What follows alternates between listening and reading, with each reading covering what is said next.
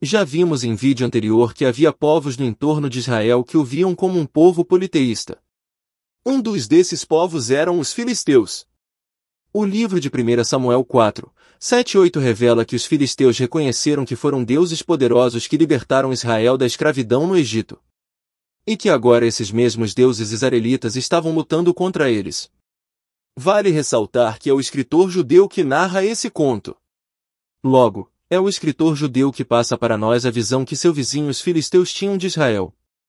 Como na antiguidade, guerras, peste, secas, esterilidade, doenças, fome e ataques de animais eram explicados como sendo ações dos deuses. Então não é de admirar que os filisteus vissem no mito da libertação dos israelitas das mãos dos egípcios a ação de deuses israelitas. Mas por que os filisteus falam que Israel tinha vários deuses, se algumas passagens parecem dizer o contrário? Por que os filisteus diriam que deuses israelitas haviam chegado ao acampamento de Israel, se o texto também diz que a Arca da Aliança havia chegado? Por que os filisteus diriam que os deuses israelitas atacaram os egípcios com pragas no deserto? De onde foi que os filisteus tiraram ou ouviram isso? Afinal, qual a relação entre a Arca da Aliança e os deuses que os filisteus viram chegando no acampamento israelita? A Arca da Aliança eram esses deuses israelitas? Bem, quando os israelitas estiveram no deserto, Arão esculpiu 2 bezerros a pedido dos israelitas.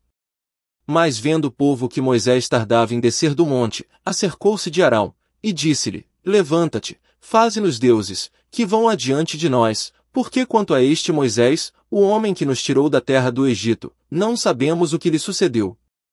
Êxodo 32, 1. O povo, naquela ocasião, veem os bezerros como os deuses que o libertara da escravidão egípcia.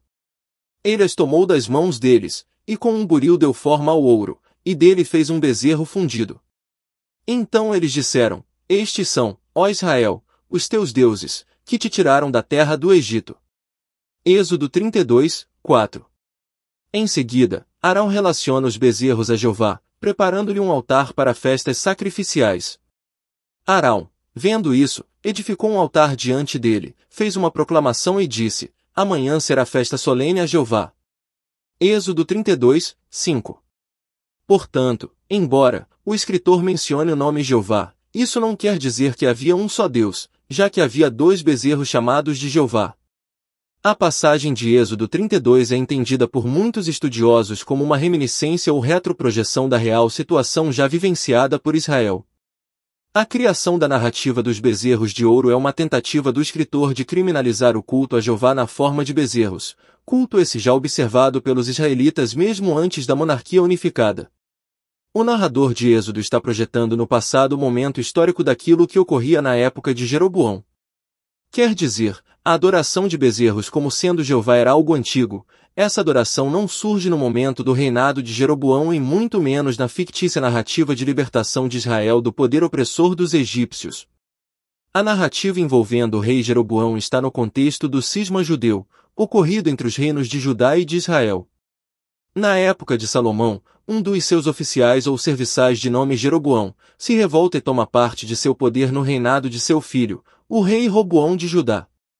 Depois de gerar a divisão da monarquia, Jeroboão, para manter o poder em suas mãos, conforme narrativa, resolve dar aos seus súditos do reino do norte ou Samaria, a mesma adoração que era praticada no reino do sul, isto é, em Jerusalém, Judá.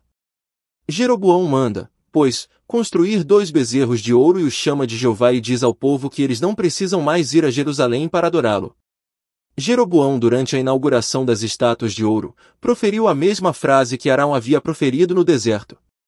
Pelo que o rei, tendo tomado conselhos, fez 2 bezerros de ouro, e disse ao povo: Basta de subirdes a Jerusalém, veis aqui teus deuses, ó Israel, que te fizeram subir da terra do Egito. 1 Reis 12, 28.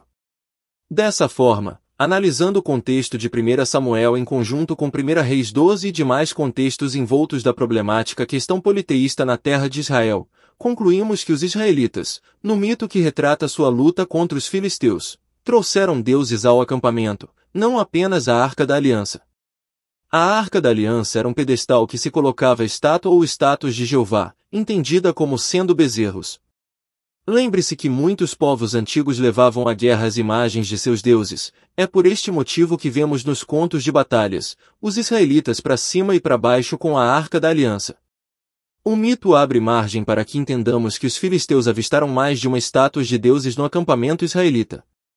Pois bem, um outro povo que tinha a mesma visão que os filisteus enxergavam os israelitas como politeísta dentro da própria narrativa produzida por judeus, eram os sírios. Na época do rei Acabe de Israel, os israelitas são ameaçados pelo rei sírio Ben-Hadad. Esse monarca exige que Acabe entregue suas mulheres, filhos, seu ouro e prata. Acabe, inicialmente, aceita tal imposição, porém, após novas exigências de Ben-Hadad, ele volta atrás, quando ouve seu conselho de anciãos. Descontente com a decisão de Acabe, o rei sírio resolve partir em guerra com seus deuses contra os deuses de Israel.